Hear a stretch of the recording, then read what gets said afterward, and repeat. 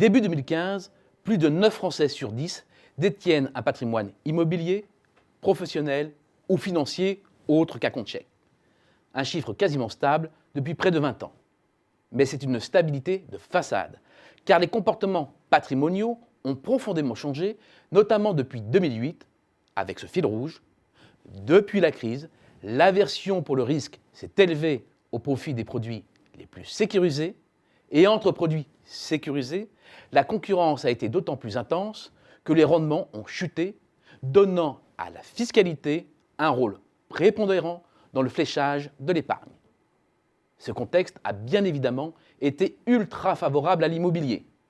Ensemble, les logements et le foncier représentent près de 58% du total des actifs détenus par les Français, contre moins de 47% il y a un peu moins de 20 ans. Cette envolée porte bien entendu la marque de la hausse des prix des logements et des terrains nettement plus forte en moyenne que celle des actifs financiers. Mais la flambée immobilière n'a pas pour autant freiné la frénésie d'achat. Bien au contraire, près de 63% des ménages possèdent aujourd'hui un patrimoine immobilier, que ce soit leur résidence principale ou un autre logement contre 58,5% en 1998.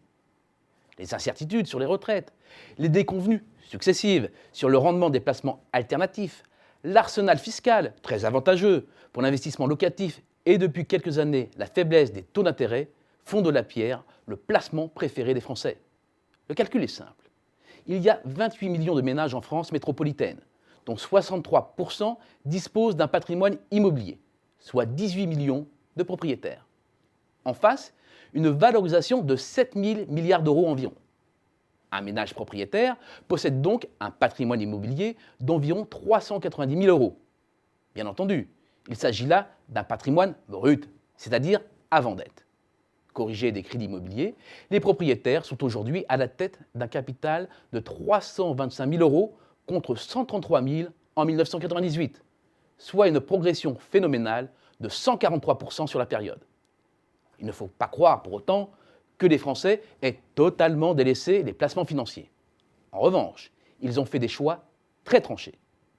Parmi les supports délaissés, les actions. Moins de 15% des ménages en détiennent aujourd'hui contre près de 17% il y a 10 ans. La forte baisse des cours boursiers intervenue en 2007-2008, venant après celle subie au début des années 2000, explique cette désaffection pour les titres financiers. Baisse du taux de détention, baisse des cours par rapport à leur pic de la fin des années 2000, les actions cotées représentent juste 1,6% du patrimoine des ménages, c'est moitié moins qu'au début des années 2000.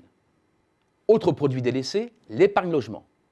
La réduction des avantages du PEL, avec notamment la fiscalisation partielle des intérêts perçus, la faiblesse des rendements proposés, la concurrence de plus en plus efficace des crédits immobiliers non réglementés, avec la baisse des taux, sont autant d'éléments explicatifs du déclin.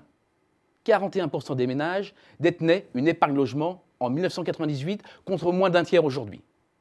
Parmi les supports financiers plébiscités cette fois-ci, l'assurance vie se détache nettement, parce qu'elle conserve une fiscalité avantageuse, notamment lorsqu'elle est utilisée pour préparer sa retraite, parce qu'elle permet de sécuriser au moins une partie de son épargne, parce qu'elle facilite la transmission du patrimoine et parce qu'elle continue à offrir, même si sont en recul, des rendements attrayants dans un contexte de taux zéro, 2,3% moyenne l'an dernier. L'assurance vie connaît un véritable boom. Moins de 29% des ménages détenaient une assurance vie en 1998 contre près de 37% maintenant.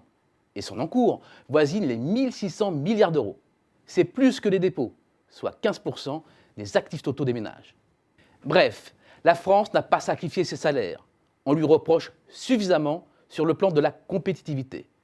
Cela ne fait pas pour autant des Français des cigales dispendieuses.